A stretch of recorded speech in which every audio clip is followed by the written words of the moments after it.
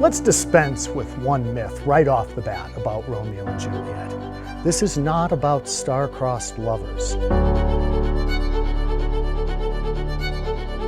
Every step along the way, you can see humans exhibiting free will, and that free will leads them to death.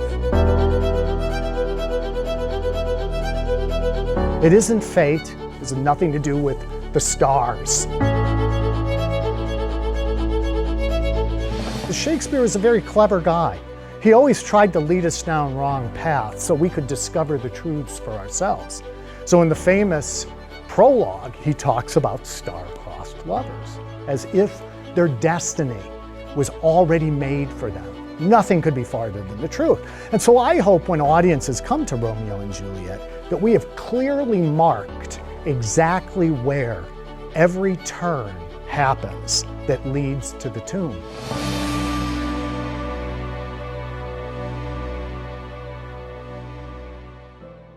I always wanted to direct Romeo and Juliet with a young girl who was closest to the age that Shakespeare intended. I was doing Wizard of Oz last summer. It was Peak to Peak Players' first big production.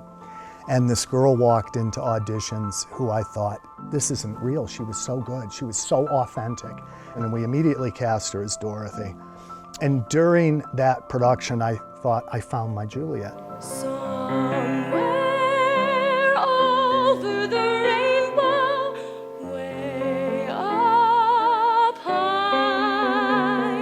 Well, I'm Grace Pouliot, and I'm playing Juliet in Romeo and Juliet. What's really cool about her, and what's also really tragic about her character, is that she grows up way too fast. Throughout all of the events in the story and the conflict and the character arc that she has, it just shows her going from this young little girl who has a lot of joy in her life and loves her parents, loves her nurse, to this girl with so much maturity and bravery and courage and so much passion as well, which has been really interesting to explore. Go thy ways, wench.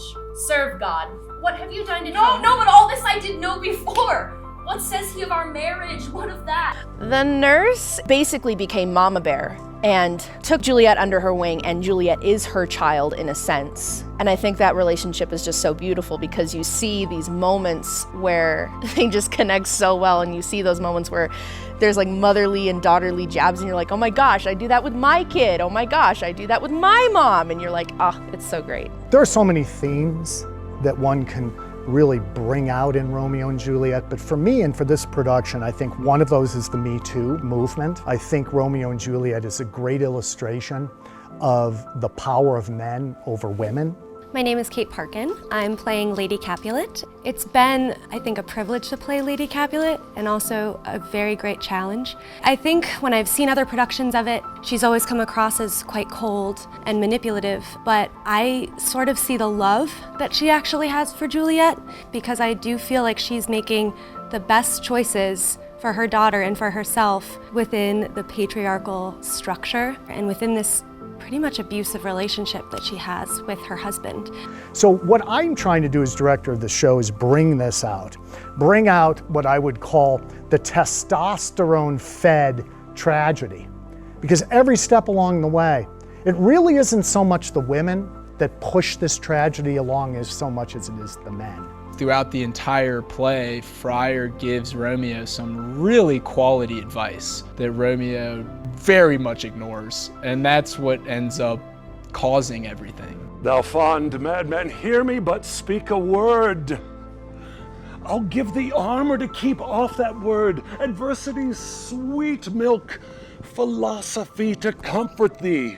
Friar Lawrence is the catalyst to this tragedy. He's a mentor, friend to Romeo. He's the confessor to Juliet. It is his idea for the sleeping potion.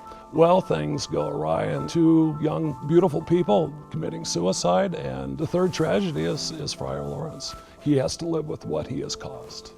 One of the great things about doing productions in the latter half of the 20th century, and certainly in the last 30 years, is that audiences now clearly accept the convention of women playing men, men playing women. I think it's one of the greatest liberating things that we have in theater today. And I always wanted to have played by a woman. Romeo! Verona, my cousin,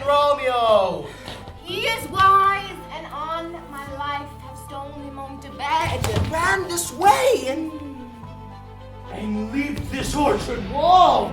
I call, good Mercutio. Nay, I'll conjure you. Romeo! Hubris! Madman! Passion!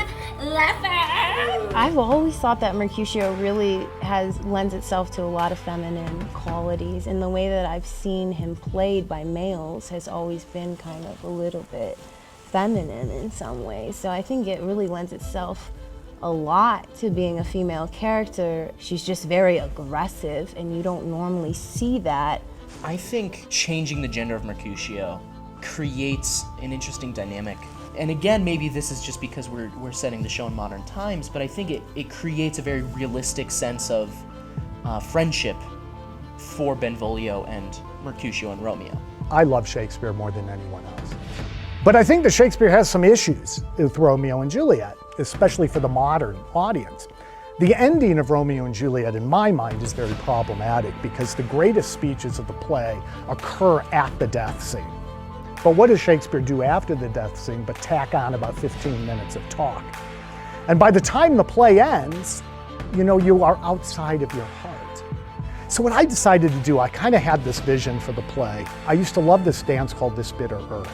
And I approached the Boulder Ballet and I said, why don't we do this dance after the lovers die? It's haunting, it's ethereal, and it's most of all hugely poignant and romantic.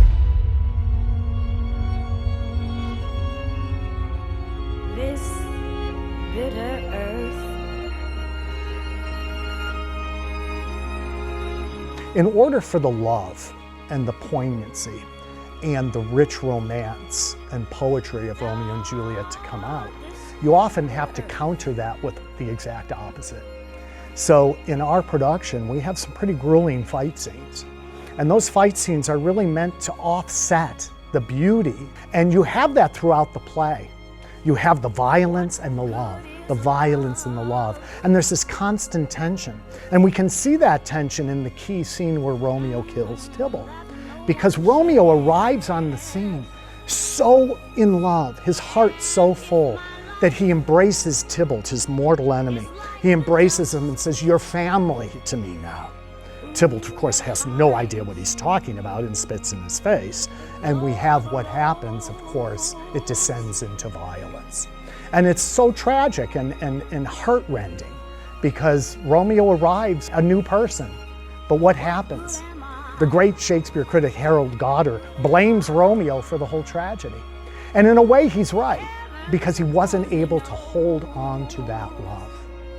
Oh, I am fortune's fool!